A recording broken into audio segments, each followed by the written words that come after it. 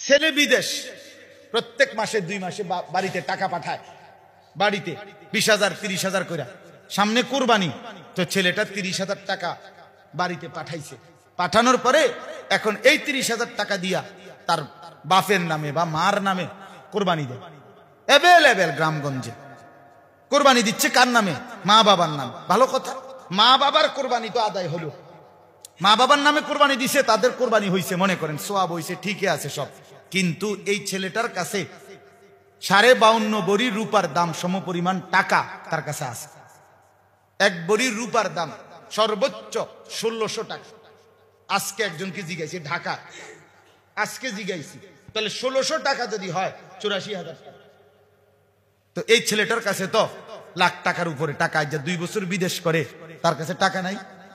কথা বলেন না কেন? তার জমা টাকা আছে কিনা বলেন?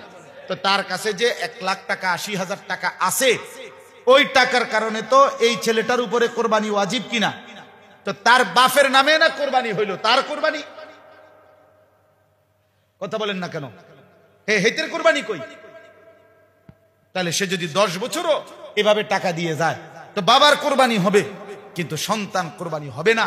আর যে কোরবানি করে না ওয়াজিব হওয়ার পরেও, রাসূল সাল্লাল্লাহু আলাইহি ওয়াসাল্লাম বলছে, তুই নামাজে আইস না, এই নাফরমান, তুই আমাকে মসজিদে আইবি না।